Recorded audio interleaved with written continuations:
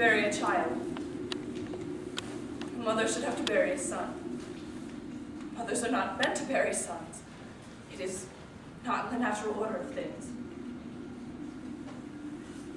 I buried my son in a potter's field, in a field of blood, in empty, acrid silence. There was no funeral, there were no mourners, his friends all absent, his father dead, his sisters refusing to attend. I discovered his body alone. I dug his grave alone. I placed him in a hole and covered him with dirt and rock alone. I wasn't able to finish burying him before sundown, and I'm not sure if that affected his fate somehow, but I begrudge God none of this. I do not curse him or bemoan my lot. And though my heart keeps beating only to keep breaking, I do not question why. I remember the morning my son was born as if yesterday. When the midwife placed him in my arms, I was infused with a love beyond all measure and understanding. I remember holding my son and looking up at my own mother and saying, now I understand why the sun comes up at day and the stars come up at night. Now I understand why rain falls gently. Now I understand, Mother. I loved my son every day of his life, and I will love him ferociously long after I've stopped breathing. I am a simple. I am not bright or learned. I do not read. I do not write. My opinions are not solicited, and my voice is not important. On the morning of my son's birth, I was infused with a love beyond all measure and understanding. The world tells me that God is in heaven and that my son is in hell. I tell the world the one true thing I know, that if my son is in hell, then there is no heaven. Because if my son sits in hell, there is no God.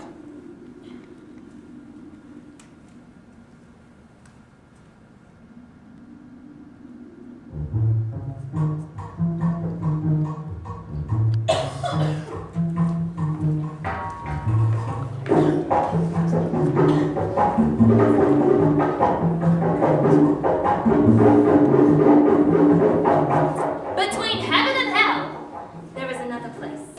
This place, Hope.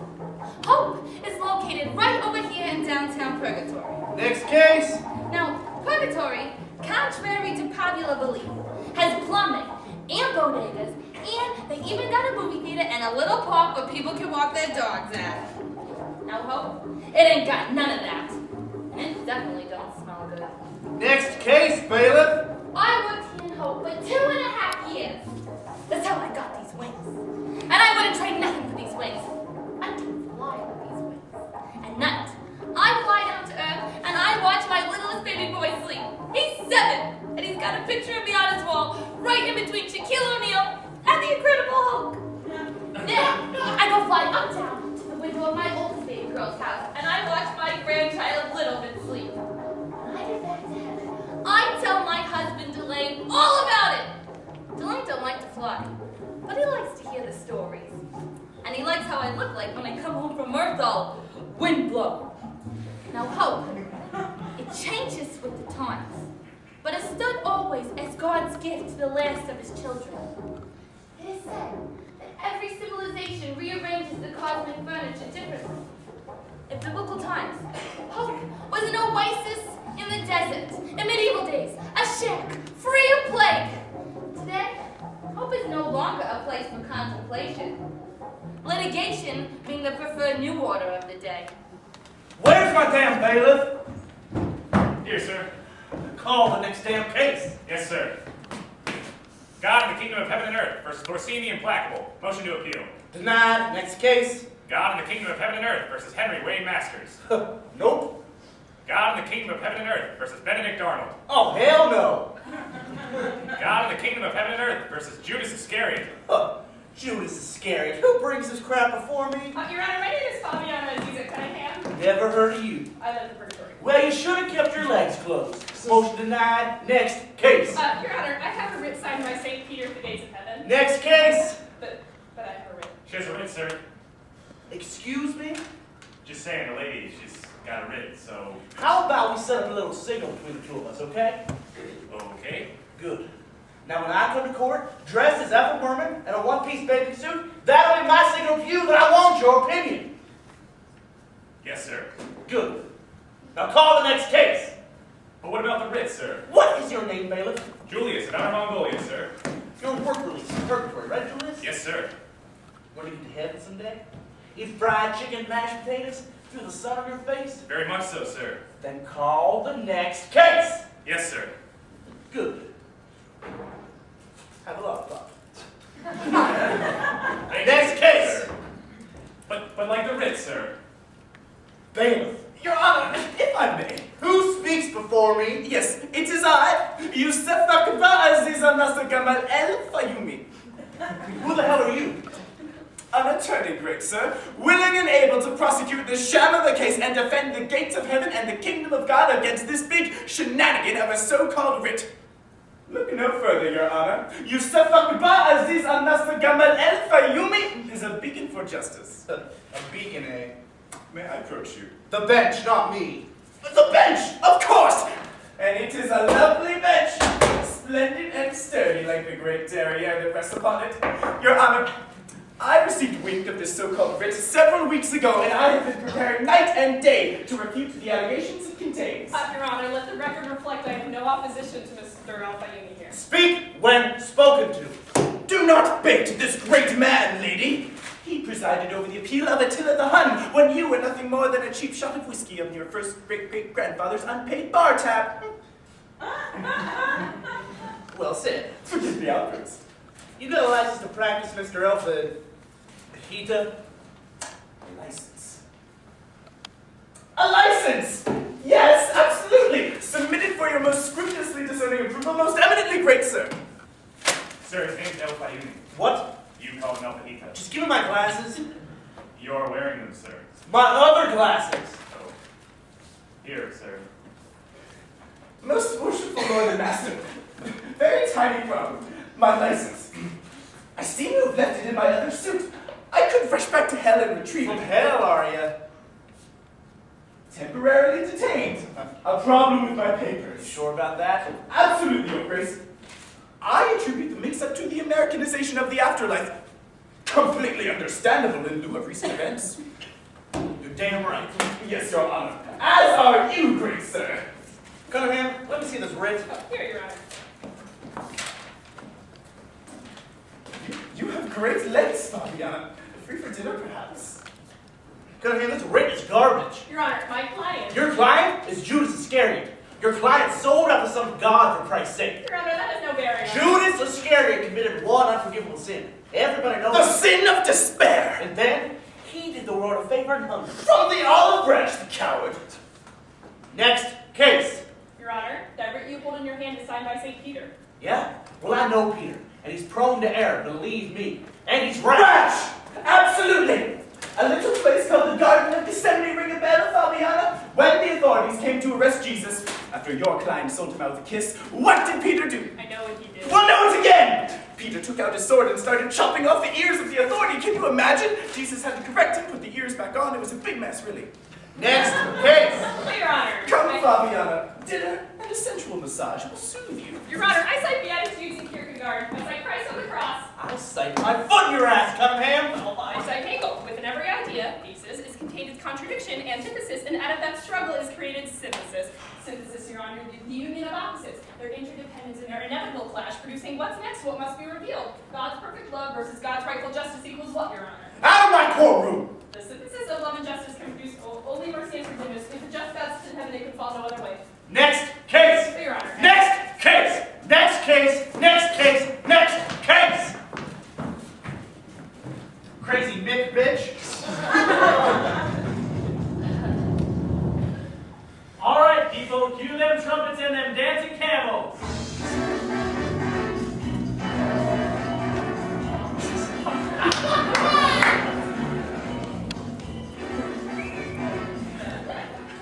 Thanks, boys! Hey, y'all! Welcome to my world. So this is the part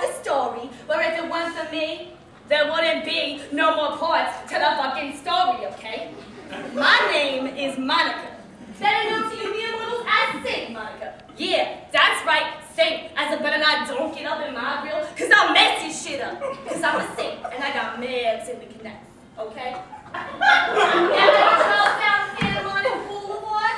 Huh? You ever ate some sushi down Santa Monica Pier? Yeah, well, that's my boulevard, and that's my pier. And that's all I gotta say about that. Word to the wise, word is most definitely B-O-N-D fine. Anyways, let me catch my breath. Anyways, up in heaven, a lot of people don't want to hang with me because they say I'm a nag. It's true. And you know what I say about that? I say, fuck them bitches! I am a nag. And if I wasn't a nag, I wouldn't have never been to be no saint. In the church, wouldn't have had a father of the church named St. Augustine, because I burned the motherfucker! And when he started messing up like all the time and constantly, I nagged all test taken. I nagged and nagged and nagged and nagged till God got so tired of my shit that he did save my son. And my son, St. Augustine, started banging whores and sipping on some wine, and he became learned. So fucking learned that he's known as one of the fathers of the church. And you can look that shit up. Go ahead, look it up right now. I'll wait. That's right! Father up in this motherfucker! Got a flag and everything. So, if I hadn't been a nag, all y'all niggas would have been a bastard church. So sip on that, bitches! Anyways, as a result of my reputation of having God's ear, a lot of motherfuckers pray to me. I got 3 full-time assistants just to sift through it all. Long story short, I was absolute to the case of Judas Iscariot by this Irish gypsy lawyer bitch in Purgatory named Cunningham. And quite frankly, I was impressed by her nagging abilities, cause that bitch nagged my ass day and night for 40 days! But I don't nag for just anybody. And I definitely don't nag for no motherfucker I don't know. So I went down to check out Judas for my own self.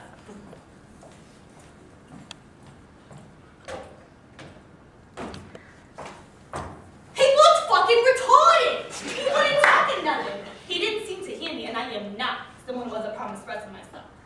I figured he was faking, so I did this. Yo, Judas! Yo, you deaf motherfucker, Judas, yo! Smack the bitch around a little. Yo!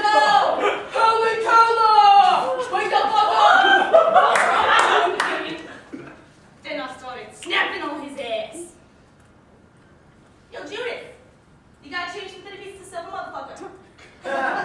Yo, Judas, how much you pay for this haircut, huh? 30 pieces of silver? Come on, Judas, why you so hung up? Come on, let's hang out. Come on, bitch, you want an olive? Come on, motherfucker, have an olive. You would have done the Olive Garden restaurant and I got it all the way there. All right, fine.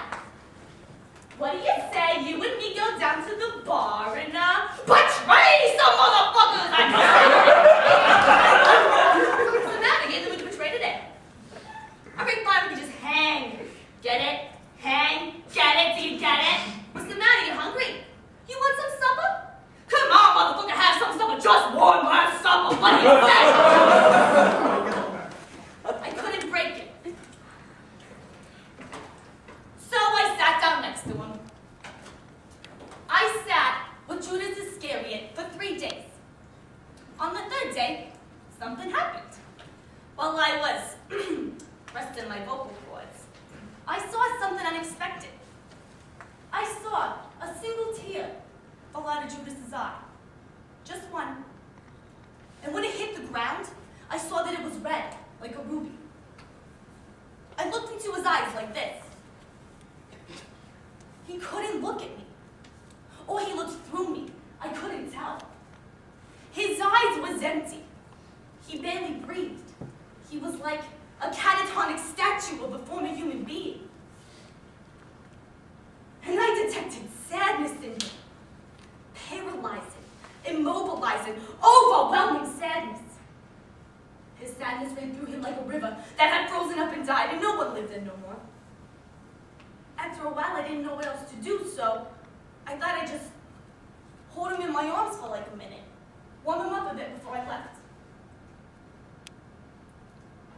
I held him in my arms for 4 days. On the 3rd day, I remembered how Jesus had said that God has the biggest love for the least of his creatures.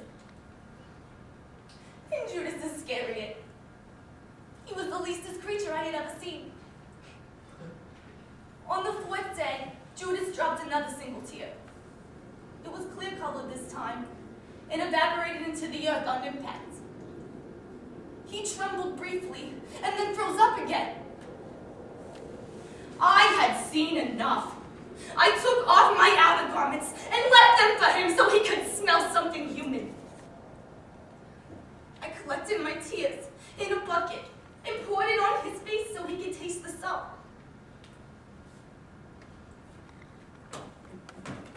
Then I went back home and got on the horns of God. I don't direct you. Some people call it being a nag. I call it doing my job. I got a calling, y'all, so if you ever need it, you should try giving me a shout. Because I'm St. Monica, mother of St. Augustine, father of the church. And you know what? My ass gets results. Next case. God in the kingdom of heaven and earth versus Judas Iscariot. Bailiff. She got a writ, signed by God, sir. Sign, seal, deliver, motherfucker. Peace. You're right, Your Honor. Need the signature at the bottom. Bailiff, where's the fajita? Present and accounted for, and dripping with anticipation to defend with marvelous cunning and great relish the kingdom of heaven and earth in your great sirness against the Satan-spawned traitor Judas Iscariot and his beguiling, but outlandishly misguided counsel, most eminently great and rakishly handsome great sir. I don't like when lawyers go over my head. He gave you no choice. Objection, Your Honor! As human beings, we always have a choice. Motion to strike. Mr. El Fajita, you are aware that the trial hasn't actually begun yet, right?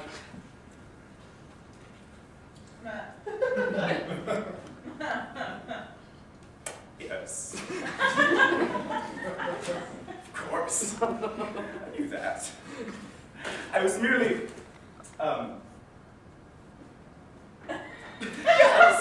yeah, I'll just sit here. Just tell me where to look.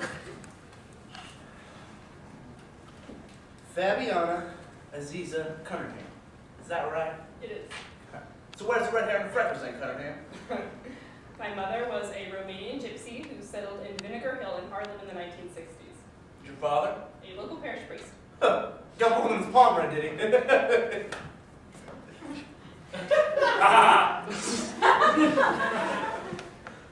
Well, I think it's only fair at this juncture to tell you some things about myself, Cunningham. Some things that may, perhaps, inspire you to take this little mission of yours elsewhere. For starters, I strongly dislike tapioca pudding. Tapioca! The worst! I spit on it! Sit down! Even more than tapioca, Cunningham, I dislike the following. Defense attorneys as a rule, half-breeds in general, and Judas Iscariot is anything other than a cautionary tale. Now, is that a problem for you? No. You ever met God, Cunningham? I don't know that I believe in God. You just handed me a writ signed by him, but yet you don't know if you believe. Correct. Well, what if God were to come to you one day, Cunningham? Boom! White beard, floating, row the whole rack of land. Your Honor, that... What if you were to go home tonight, Cunningham, and Jesus Christ himself were waiting for you at your door with a dozen of Krispy Kremes and a quart of cold milk, and he said, Cunningham, Fabiana, it's me. I really am that thing you've always feared more than doubted. And what if, Cunningham, you let him in for 3 minutes? You sit down with him, and you can question him, interrogate him, have him perform miracles and tell you the exact story of your life. And you end up convinced. Convinced, Cunningham, wiping away tears of joy on your living room couch. If he proved it to you, would you believe that? If he proved it, I suppose I would have to. After only 3 minutes. That would never happen. Cunningham, you're the faithless spawn of crackpot gypsy and a frock mitt, but yet you just told me Jesus would have you on your knees in less than 3 minutes. So, consider this. Your friend Judas, he had Jesus for 3 years. 3 years in a foxhole, the best friend you ever had. Then he shot him in the back for a pack of coals. Think about what that says about the essential character of the man. Now, go home and stir that into your wee gypsy teapot. Petitions are valid, motion denied. Next case. Pure genius. I am erect.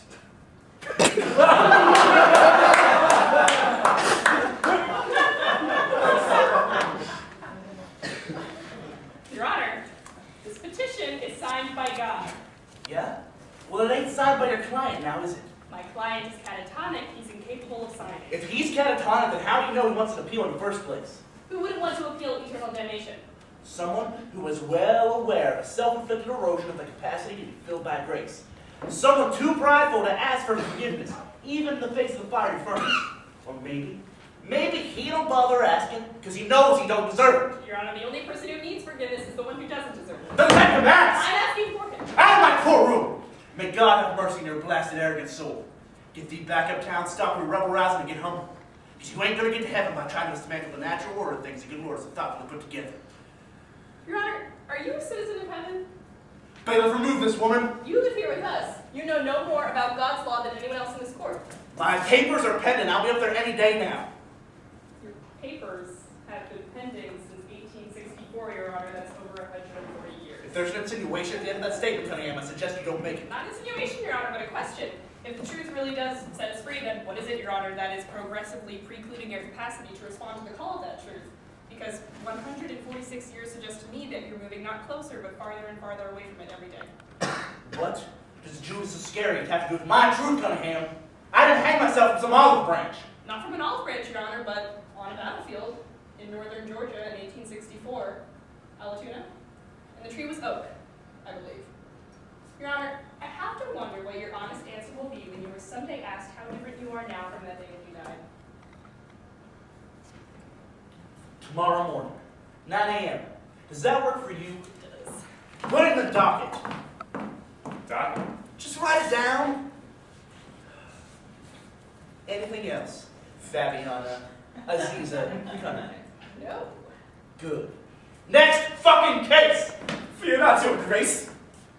I shall slay this fallen woman like the crocodile slays the one-legged newt.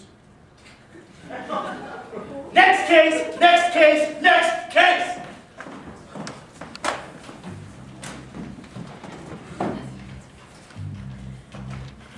Very little is actually known about Judas Iscariot. Oh, this is my fellow jury member, Loretta. On Earth, she's currently on life support. Hi, hello. Have they figured out whether you're coming and going yet? Not really. Any day now, they say.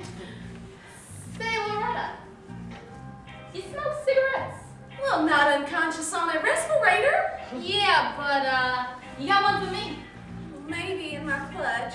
Oh, here you go. Oh, snap! Newports? You're my girl now. Got a light? It's a NASCAR ladder. So anyways, about Judas. Not a lot is known except he was chosen to be an apostle, he betrayed Jesus, and then he hung himself. Not a lot to go on, especially when we're meant to rely on the facts. You know, I had an uncle. Can I say this?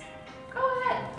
When I was a little girl, my drummed Uncle Pino, he used to like to go around saying, I believe because it is absurd, it is certain because it is impossible. What did he mean by that? no clue, but I think that maybe... Ladies, we're back. Oh, hold up! Now, that's Butch Honeywell. And unlike Loretta, he's definitely dead. And also unlike Loretta, he's got no real interest in finding that out. So, Butch, did we miss anything in there? Oh, just some crap about the essential paradox of man, how we refuse to juxtapose the absolute to the relative, and some such about paradox is an ontological definition which expresses the relation between an existing cognitive spirit and eternal truth. You know, bullshit. Listen, ladies, the past half of lunch menus, I ordered you guys the combo club with fritters. Fritters? Awesome! Thanks, Butch. Right this way, ladies.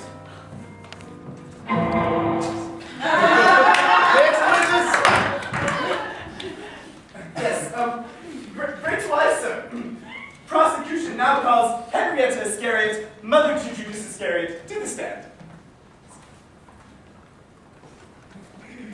State your name, man. Henrietta Iscariot? Yes.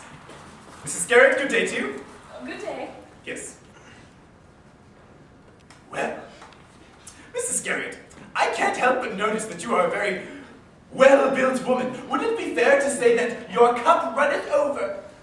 All the Iscariots are buxom, if that's what you mean. My meaning exactly. Now then, Mrs. Iscariot, can you recall if Judas, as an infant, was prone to steal more than his fair share of milk from your deliciously well-apportioned bosom? I can't recall that, no. Very well. But can you recall this? I take you back to the year 8. You were a single mother raising many children, Judas being your eldest, and the man of the family. One day you sent him out fishing to get food for yourself and his poor starving sisters. What happened next? Do I have to answer? Just tell the truth, man. Well, Judas didn't come home till very late. I waited by the fire. He was only 8. I was concerned that maybe the Romans had detained him for shoplifting. A shoplifter! So please the court! And then he came home. Hi, Mommy. Judas! Judas! I was so worried. Look what I got, Mommy. A spinning top. Yes, but Judas, did you catch any fish? Your sisters are weeping with hunger. Weeping, your honor, weeping and wailing. I caught 5 fish, Mommy. Yes, but where are they? I sold them at the market and bought this spinning top. Look how it spins, Mommy. Judas Iscariot, I'm ashamed of you. Mommy. You selfish boy, you will come to no good. Selfish boy, you will come to no good. Was that your statement at the time? He was only 8! And too late. Your honor, nothing further. Cross. No, thank you. I wasn't asking you. Mrs. Iscariot, what happened the next day? Well, Judas ran away from home that night, and I searched for him all day. Late in the afternoon, I found him. I observed the following.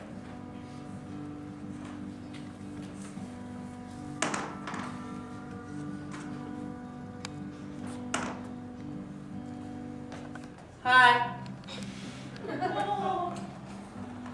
Hi. Hi. My name's Judas. What's yours? Matthias of Galilee? Hey, I got an idea. Why don't you go home and get your spinning top, and then when you get back with your spinning top, we can play Battle of the Spinning Tops. I don't got a spinning top. I want a spinning top. All my friends got one except me. Yeah, that's rough. I used to not have one too. The kids, they call me sissy pants because I ain't got no spinning top. You should ask your mommy to buy you one. I don't got one. Ask your daddy then. I got a daddy, but he's really stern. He don't believe in spinning tops, so I can't never get one. Wow. Well, you probably think I'm a sissy pants too. No. Hey man, don't cry. It's just really hard to get through life without a spinning top, you know?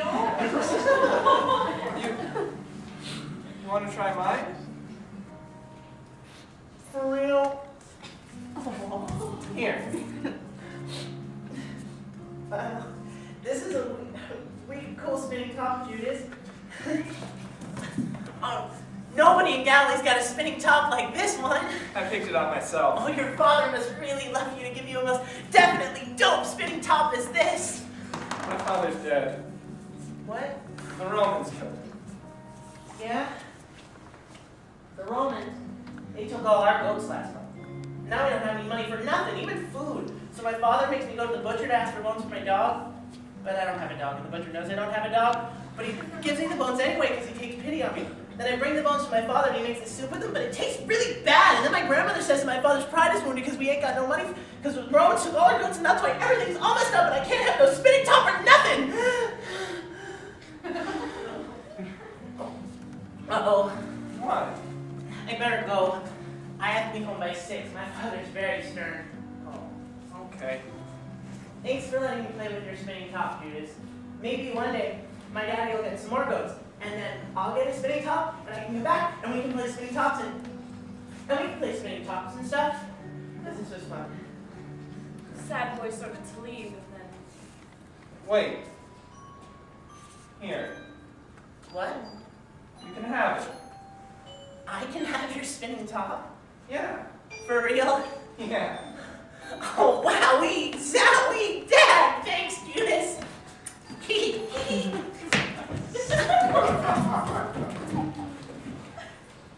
people ask me who my son was, I tell them that story. Thank you, Mrs. Iscariot. The witness's excuse. No!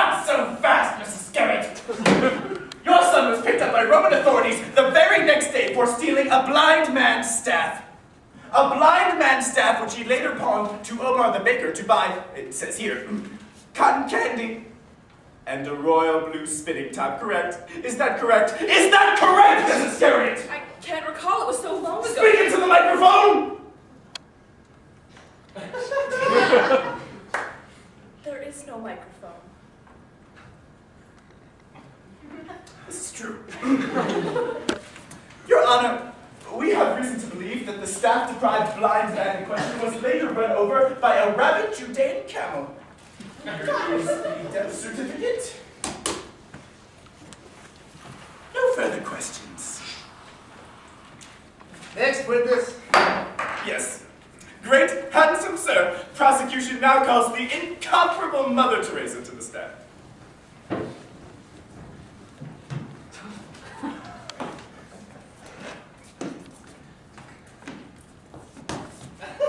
Name?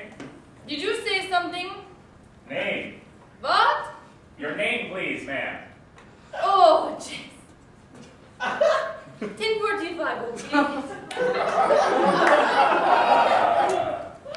Mother, yes, hello, Mother, over here. Hello? Who's that? Yes, it is I. Remember me? Yes. Oh, jeez. Handsome boy, hello. Yes. Hello, Mother, how are you? Speak louder, boy. I said, how are you? What? I said, how are you? Judge Bailiff, I believe you do have a hearing device for Mother Teresa. Get the device. I believe you have the device, sir. What? Oh. Here.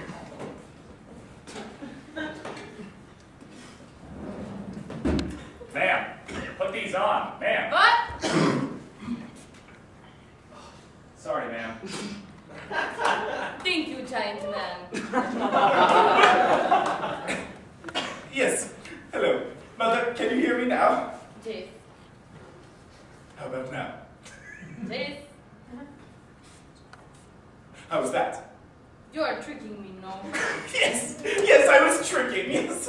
Bad boy. Oh, I know. Very bad. A scandal, yes. Your Honor, if the prosecution is through flirting with the beatified iconic virgin, you could perhaps begin. Contact has been established. Let's proceed, shall we? Yes. Without further hesitation, Your Grace. I was simply enamored to be in her beatific presence. You see, I love Mother Teresa. In Christian Egypt, she is a great star. I remember the days when I used to don a towel and put on my mother's nightgown and stalk the back streets of Cairo looking for dying things to comfort and salve.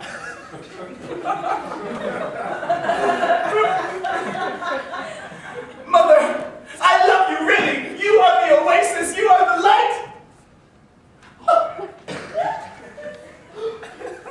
Do we need to take a moment here, Counselor? Yes, Robert. 5-minute recess, adjourned.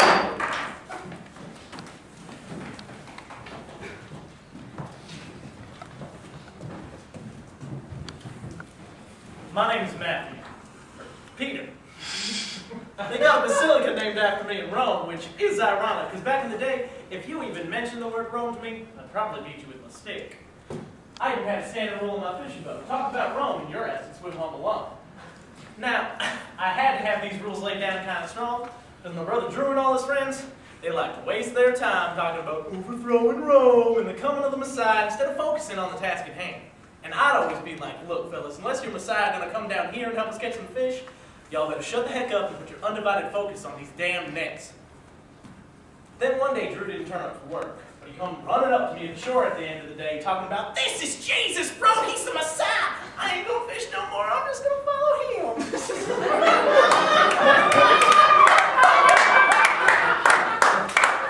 And this Jesus, who resembled the Messiah about as much as I resemble a ballerina in a tutu, strides on and says, did you catch any fish today? And I says, no, I did not catch any fish today. And he says, well, take the boat on out to sea and we gonna catch some fish. So I took Jesus out to sea with me, intended to throw his ass overboard, but then he says to me, cast your nets wide and deep. So I did. Now, I'm a damn professional commercial fisherman. Ain't nobody knew the sea and its tides better than me. There weren't no fish out there. But that's because, as it turns out, they was all in my net. Then Jesus said to me, "Follow me, and I'll make you a fisher of men." But what I didn't know then is I would never see the sea again.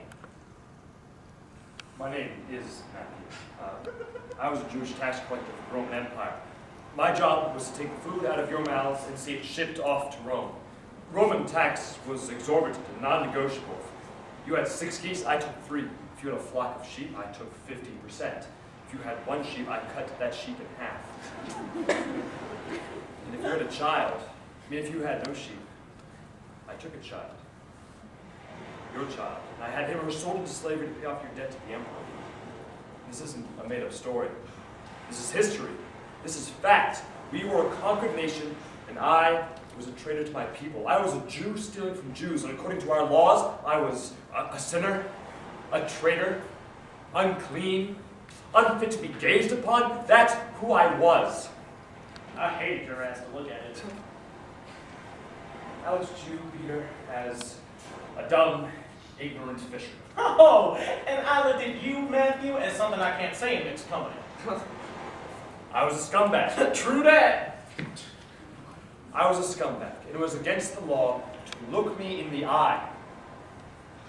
Jesus looked me in the eye.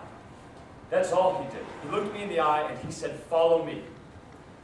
And before I knew it, I had. And before we broke bread that night, I was clean again. I was clean.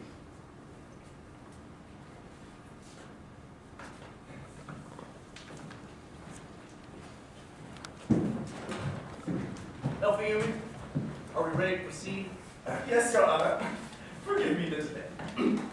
Now then, Mother, I will not take much of your time here today, and certainly you are in no need of introduction. I don't mind. Very well then. Mother, you are a soon-to-be canonized saint and a recipient of the Nobel Prize for Peace. You are from Albania, which tells me you know how to handle a firearm, and yet, from the age of 12, you desired to serve God. At 18, you joined the convent, and at 21, you left for the slums of Calcutta, and soon after began ministering to the sick and dying, which you did with mercy, love, grace, and generosity all the days of your life until the day you died. Correct? Yes. Yes. Absolutely, yes, Mother. Now then, Mother, I call you today to the stand for a special purpose. And what is that? Yes, Mother, I'm coming to it. Now then, Mother, your life and subsequent canonization suggest to me that you know a thing or two about God and the life of the Spirit. I know what I know. What do you want to know? Yes. Mother Teresa, is there a hell? I hope not, but I think so. Judas Iscariot, he is in hell, yes? Well, we can never know for sure, but it don't look good. Mother, should we feel sorry for people in hell? Very sorry, Jace. Does God feel sorry for people in hell? More sorry than us, Jace. But Mother, if God feels so sorry, why not just bring the damned upstairs? 3 hots in the cot, yes? Surely God has the power. Boy, God can lead us anywhere, but sometimes the people, they don't want to go. If the people don't want to go, then what are you gonna do? But Mother, surely people do not prefer to go to hell. You'd be surprised. Do you know what despair is, boy? Mother, illuminate me. I will tell you what Thomas Merton, a very handsome boy like you, I will tell you what that boy had to say about despair. You may not know this, but I, at one time in my life, suffered a great spiritual darkness. Oh no, Mother, not you, that's impossible. Quiet now, boy! Just for many, many years, I myself experienced the terrible pain of loss, of God not wanting me, of God not being God, and of God not really existing. One day, I confided my feelings in a friend, an Irish nun, one of the sisters of the Repertory of Dublin, Ireland. My friend, Sister Glenna, she quoted to me Thomas Merton on the subject of despair. She said, Despair is the ultimate development of a pride so great and so stiff-necked that it selects the absolute misery of damnation, rather than accept happiness from the hands of God. and thereby acknowledging that he is above us, and that we are not capable of fulfilling our destiny by ourselves. Do you understand what I'm saying? Can you repeat it? Yes, sure.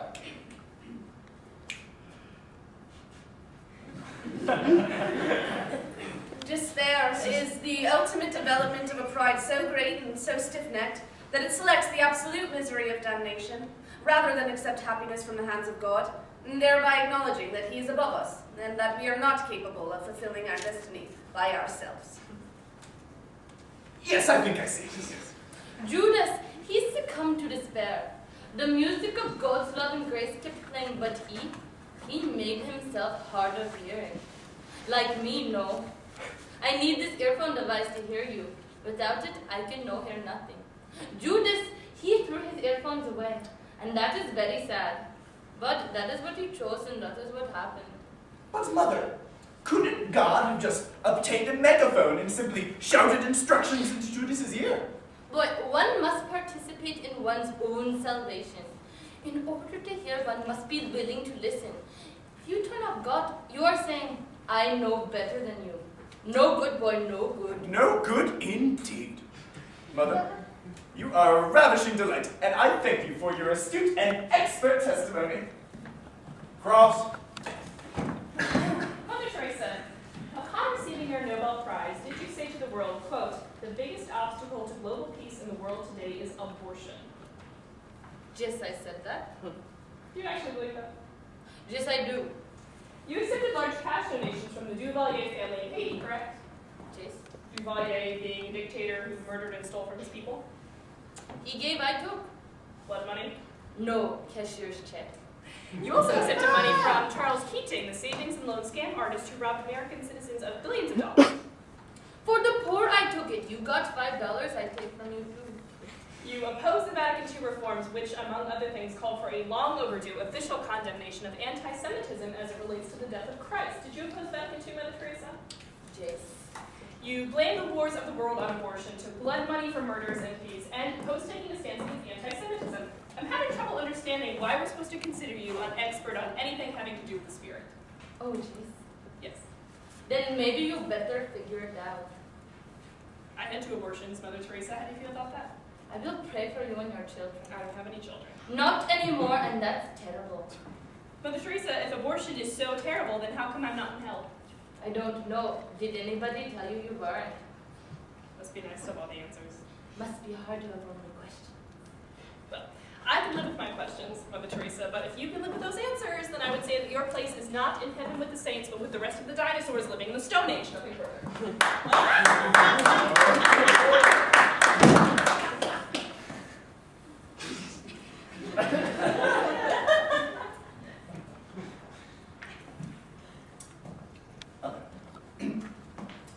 I wonder, Mother, if you join me in wondering just who the hell defense counsel thinks she's speaking like that to? It's okay, boys. Everybody wanna say something. Yes. Nobody wanna listen to nothing. This is true, Mother. And on that well-struck note, let us now go back and address some of the outlandish allegations. I go now. I'm not finished. I go now. Very well, Mother. But I think first we should all emblazon on our memories. Boy! Yes, Mother. Maybe, boy, you give this earphone device to girl. Like this, maybe girl gonna hear something make her head no hurt no more. There's nothing wrong with my head. Go ahead, stand down. Nice boy. Handsome boy. Next witness. Can I call Simon the Zealot to the stand?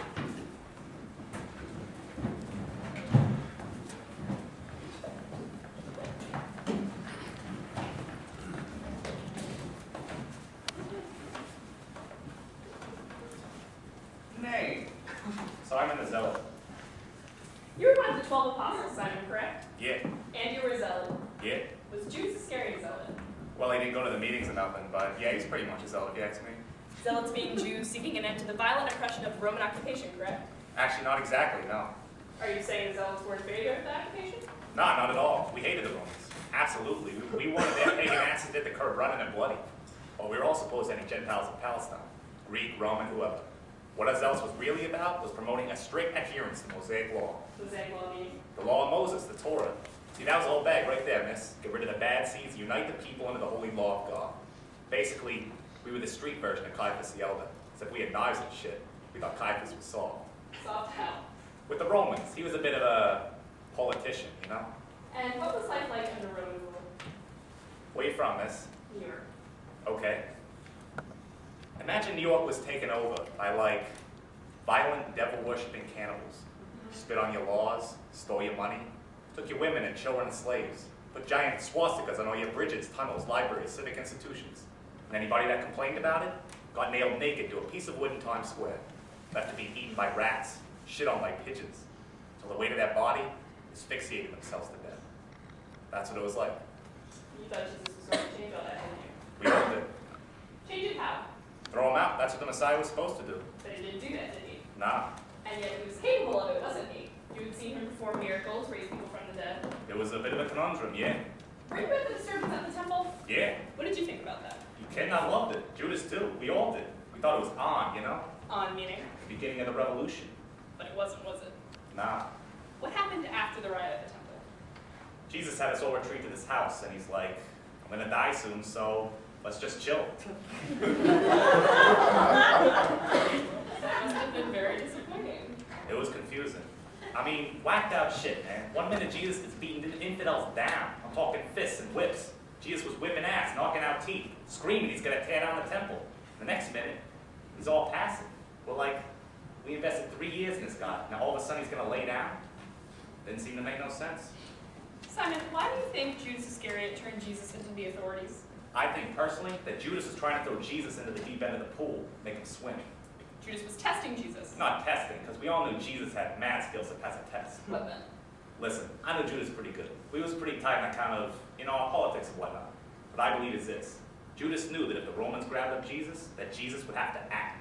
Meaning? Meaning act. Get it on, start kicking ass if he was supposed to. Emancipation was our birthright. That's what the Messiah was there for. I think personally that Judas did what he did to help Jesus realize his destiny and fulfill his mission. Judas tried to help Jesus. I believe so, yes. Thank you. So, Judas was a helper, eh? Yeah. Just there to lend a helping hand. Yeah. Yes. Yes, I think you are right. Oh, zealous one.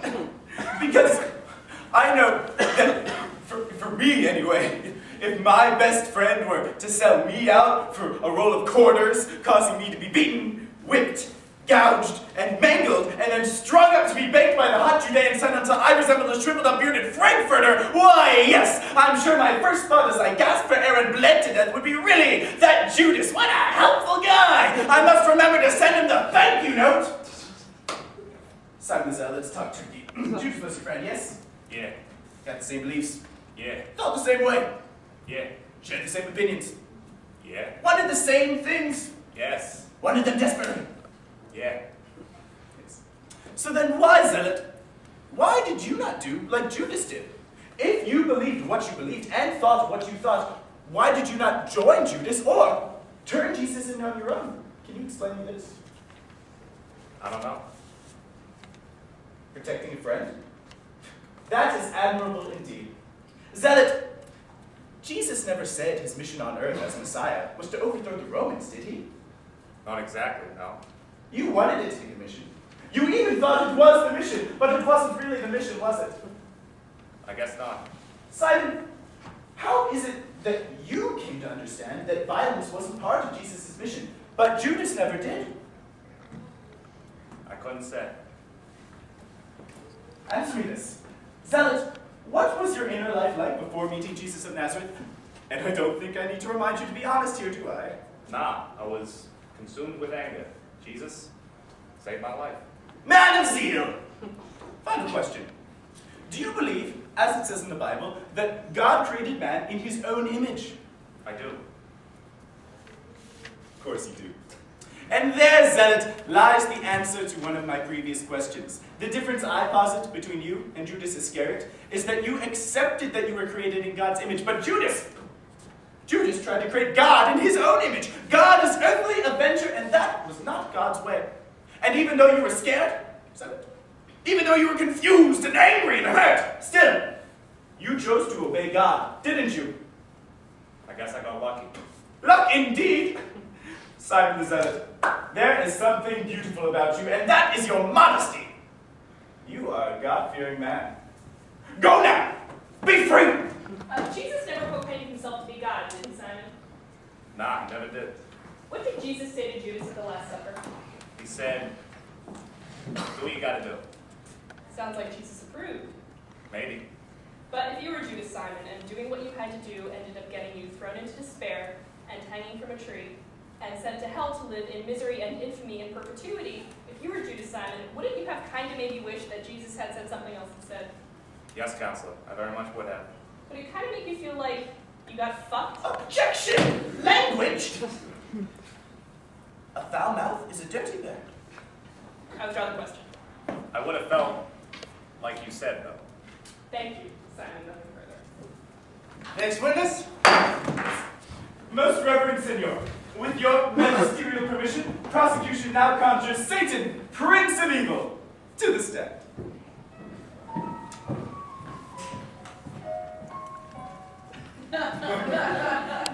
Name? Fabiana Aziza Cunningham, right? Lou? I've been keeping the light on for you, Cunningham. Come on now, Lou. Have a seat and we get started here. You never changed, do you, Frank? I suppose I don't. I like that about you. So how's Wilhelmina doing and the girls? I wouldn't know. Now park your caboose in that chassis, would you? Of course. I'm sorry. Fire away. My apologies, Frank. Bailiff! Sorry, I was helping the elderly, sir. Let's just proceed. Now, for you, proceed. Yes.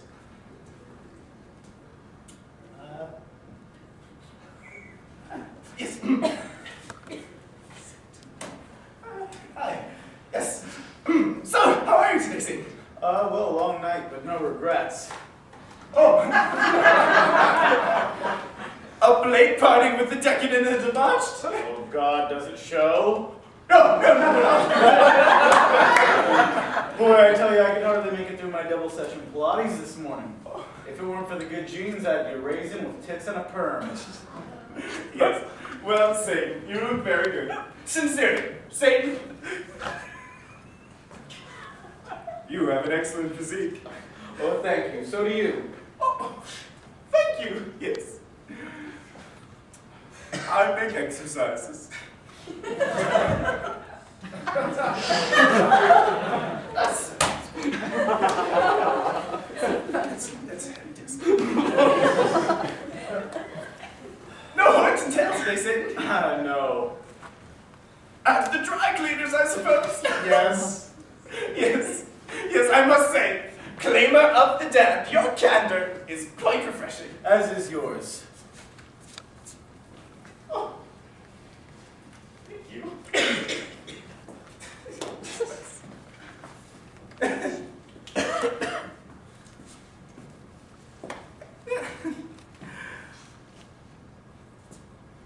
Your jacket, Satan, really, it is smart.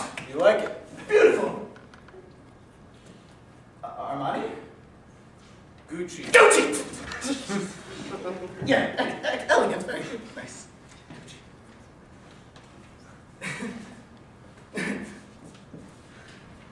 And your trousers there, Gucci, too? Yeah. They have a lovely sheen. So shall we begin? I am at your service. I appreciate that. And I appreciate your appreciation. Excellent. So then, tell me,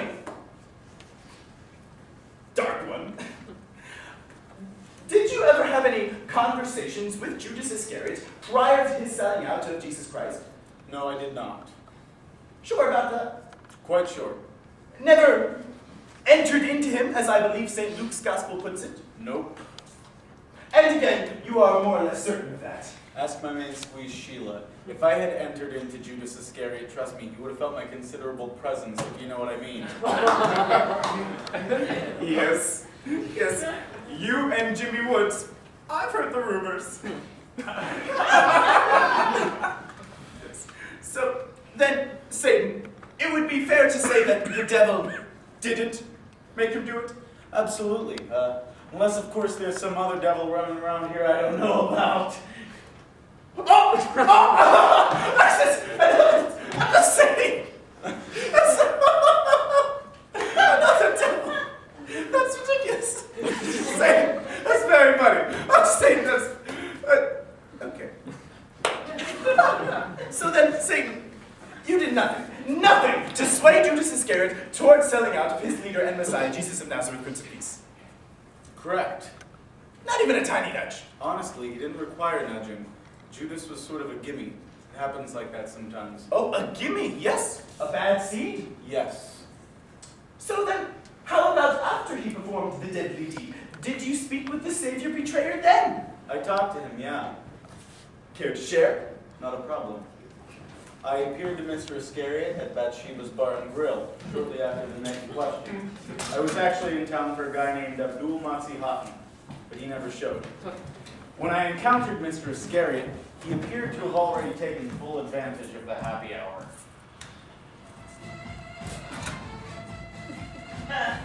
Oh. Hello, friend. How are you this evening? How am I this evening? What are you, a fucking maitre d', man? I'm Clementine. Clementine of Cappadocia. Yeah, well, why don't you go home and fuck your mother, Cappadocia, okay? Docia. Cappadocia. What? It's Cappadocia. Well, let me ask you something. Cappadocia. Do I look like someone who gives a flying fuck right now about where the fuck you're from? I'm very sorry. Sorry don't mean shit, Dick. Take all the sorries in the fucking world, pile one on top of another, and you know what you got, Cappadocia? You got a big pile of fucking nothing is what you got, okay? You're right. You want to do something about it? No, sir. Go fuck your mother, and then get the fuck alone. Thanks. I will. Hey! Where are you going? You seemed like you preferred to be alone. Why would you prefer that, huh?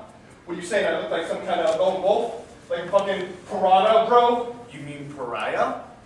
I mean what I mean. What do you need a light or something? Oh, thanks. Like this lighter? Very nice. Thought for today, man. Expensive shit, but I got it like that. I can see you're a man of wealth and substance. I admire that. Wealth and substance don't push it. So what's your name? Clementine. Clementine of Cappadocia. Clementine, isn't that a girl's name? Not in Cappadocia. Well, it is here, bro. Sure you ain't a girl, man? Yeah, man, I'm pretty sure. I'm Judas. Judas Iscariot. Maybe you heard of me. Nah, I'm from out of town. You never heard of me. Nope. You don't get around much, do you, Clementine? So whereabouts you from, man? Egypt? Cappadocia. That's in Egypt, though, right? No, Cappadocia's in Cappadocia. I dig your pyramids, man, and the Sphinx. Bartender, hey! More of that Mesopotamian wine for my Nubian friend. And some dates and figs, too. You smoke opium, Clem? Clem, And some opium, bartender. The good stuff. you seem like a man on a mission. Let's go to a pump show today, man. Yeah, man? How was it? Fucking sucked. Pump's a bullshit, you know? In Cappadocia, we burn puppets. You guys got the right idea over there. There's a smart man. Hey, fam, cheers. Cheers.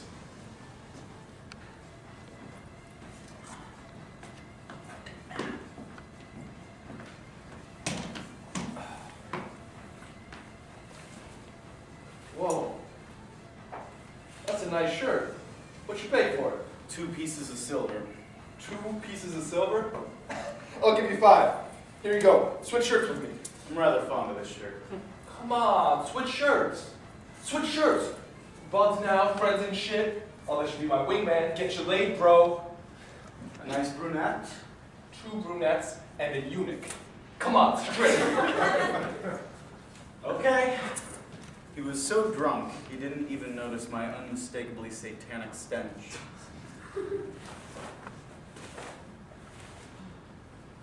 Yo, I dig the shirt. What is it, silk? From Cappadocia. Fucking Cappadocian silk, all right. Your shirt is, nice, too. Yeah? Yeah. Wow. Thanks, man. It's a nice thing to say. It's been a while since I heard something nice. It's really nice, bro. Hey, man, if I told you something corny, would you think I was like a dick? Not at all. All right. I'm kind of mildly afraid of going to hell. Why? Minor incident last night. A miscalculation on my part, nothing serious. Well, one thing I can tell you about hell, as an eternal destination, is apparently vastly underrated. Yeah? Yeah. And hell is only the absence of God, which, if you're looking for a good time, is not at all a bad thing. You want to play the lute, sing Mary Chapin Carpenter? That's what heaven's for. You want to rock. Apparently hell's the venue. Are there, like, girls down there? Not many, but I hear they import them from developing nations on the weekends. Hey, man. I wouldn't worry about going to hell. Even if I did something perhaps a little controversial? God understands.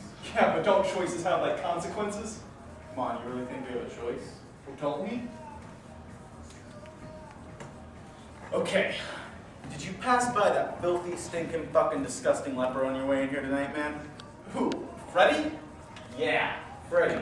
You think he had a choice? Freddy fucking stinking it up out there. Can't even scratch his balls for fear of pulling out his testes, huh? And what about, what's his name from the Bible? Job!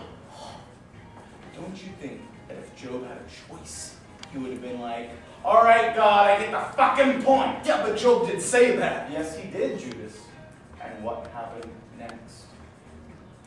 God kept right on fucking with him until Job made the only choice available, which was to keep his wrinkly old ass cheeks spread wider than the Red Sea till God got tired of drilling him for oil. I guess. Let's say... Never mind. What? Not important. Come on. Okay, well, say, what if someone were to betray, for example, the Messiah? You mean like the Messiah? Yeah, say someone had a choice to betray the Messiah or not betray him. He chose to betray him. I don't know. What do you think? Say the guy's fucked, right? I really couldn't say. Oh, come on, Clem, I'm just asking. All right, well, since you're asking. Because this is just some type of theoretical guy here. Right. I would say that this clown we're talking about here, if he were to betray the Messiah, it would have been better for that man if he had never been born. Never been born. Hey man, you asked. I tell you, man, it's a fucking heavy trip, man, Clams. I'm thirsty. How about you? Yeah. Let's have another round over here, pups. 2 more barrels of wine and a hooker menu. You okay, bro? Clams, man, I just realized I haven't been late in 3 years, bro. You believe that guy like me? 3 years. I wasted my prime, man. And then I wasted my prime after my prime. I wouldn't worry, man. I think you're probably gonna get fucked tonight, bro. You think so? Yeah, I'm pretty sure. I need a fucking drink. Tonight, man, I'm gonna drink this fucking bar! Hey, Judas, let me ask you a question. Who's this Jesus of Nazareth guy I keep hearing all about? Jesus of Nazareth. Yeah, I hear he's some kind of somebody. Some kind of somebody. Yeah, that's what I heard. Well, fuck that guy, man, he's a bitch! Fuck that guy! He's a bitch! Your Honor, nothing further. Ross, Not at this time. Lou, stick around. I know the drill. Meal break, 15 minutes. Fabiana, free for Lunch?